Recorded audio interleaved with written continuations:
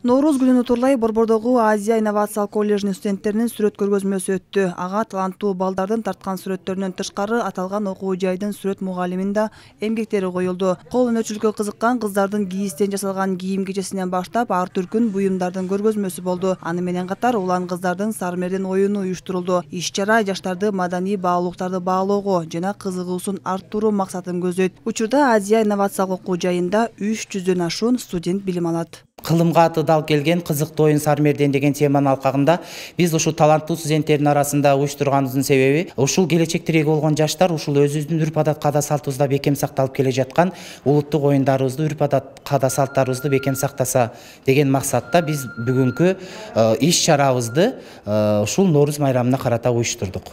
Мындай көргөзмө биз деген жылга эле кылабыз. Жылдын аягында обычно по результатам летней сессии, по результатам зимней сессии деп туруп студенттердин баягы лучший бир семестрдин ичинде тартылган сүрөттөр жакшыларын коюп туруп, анан обязательно мен обсуждение кылып, студенттер менен обсуждение кылабыз да, анан студенттерде кичине мындай престиж болот, выставкага коюлат деп мындай.